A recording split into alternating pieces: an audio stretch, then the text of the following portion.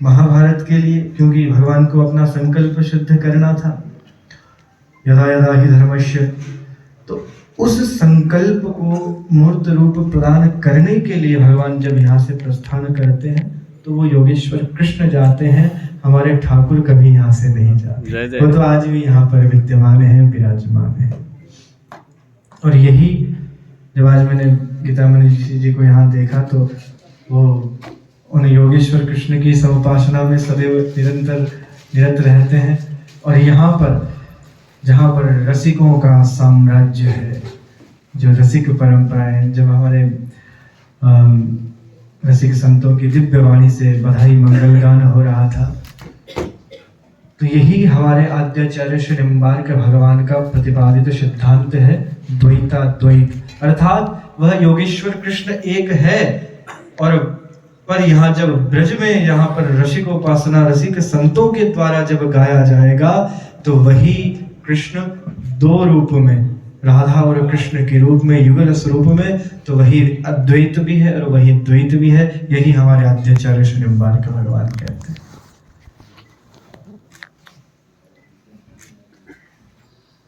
अब इसमें विशेषता क्या है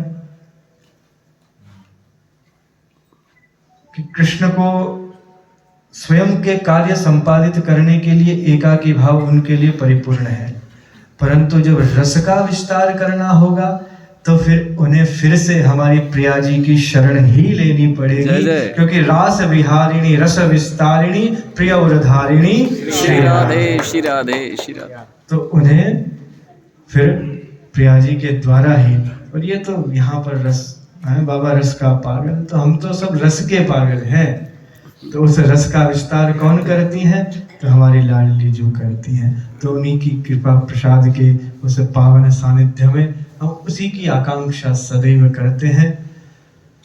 आज श्री राधा रसिक बिहारी भगवान का प्रथम दर्शन, आप हम सभी कितने सौभाग्यशाली हैं। जैसा कि मैंने कहा, यहाँ तो सर्वत्र हमारे प्रिया प्रीतम विराजमान है, विद्यमान है, परंतु कभी किस रूप में, कभी आनंद बिहारी भगवान, कभी श्री निम्बार्क राधा कृष्ण बिहारी भगवान निम्ब ग्राम में, कभी बांके बिहारी भगवान, कभी कुंज बिहारी भगवान के रूप में, और आज यहाँ पर श्री राधा रसिक बिहारी भगवान के रूप में हमें दर्शन प्रदान कर रहे हैं। हम सभी तो, जैसा हमारे मनीषी जी ने कहा कि हमसे बड़ा सौभाग्यशाली और कौन हो सकता है? हम सभी को जो युगल उपासना प्राप्त हुई है, हम रसिक वैष्णव जनों से कौन श्रेष्ठ हो सकता? हम गर्व से कहते हैं कि हम इस रसिक उपासना के हम रस समुपासक हैं और हमें भगवान का यह कृपा प्रसाद प्राप्त हुआ है। हम सभी परम सौभाग्यशाली हैं। तो आज आप सभी रसिक संतों के दिव्य सानिध्य में सुंदर वाणी का मुझे भी लाभ प्राप्त हुआ, और अनेक संत महात्मा यहाँ पर विद्यमान हैं। सभी को पधारना था, हमारे मलुक पीठ वाले नरेंद्र जी महाराज, गोरीलाल कुंज वाले महाराज जी, पर सभी कार्यक्रमों में कहीं ना कहीं व्यस्त है। स्वास्थ्य इस समय तो बड़ी विकट स्थिति चली रही है, और स्वास्थ्य की प्राथमिकता है, स्वास्थ्य ध्यान रखना। तो राधा कृष्ण जी की आज से वाणी का लाभ सभी को मिलेगा। यदि समय होता तो मैं भी अवश्य रुकता और लाभ प्राप्त करता, पर ठाकुर जी के दर्शन, और देखिए किसी पिता को श्रेष्ठ योग्य पुत्र प्राप्त मिल जाता है ना, तो उनका जीवन धन्य हो जाता है। पर यदि किसी गुरु को शिष्य योग्य मिल जाए तो पूरी परंपरा पवित्र और पावन हो जाती है। हमारे रसिका बाबा को ऐसे परम यशस्वी, और उन्हीं की इस परंपरा को उस रूप में, किस रूप में? केवल यश कीर्ति के रूप में नहीं, रस के रूप में अपनी वाणी से रस प्रवाहित करते हुए हमारे बाबा चित्र विचित्र दोनों उसी प्रकार उस परंपरा का निर्वहन कर रहे हैं।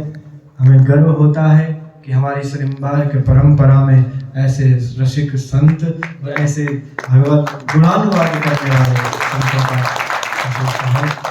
तो आपके लिए यही प्रार्थना कि भगवान राधा रसिक बिहारी भगवान सदैव इसी प्रकार आपकी वाणी के माध्यम से हम सभी को आनंद प्रदान करते रहें। ऐसे दिव्य मंगलमय कामना करते हुए मैं अपने भावों को यही विराम देता हूँ।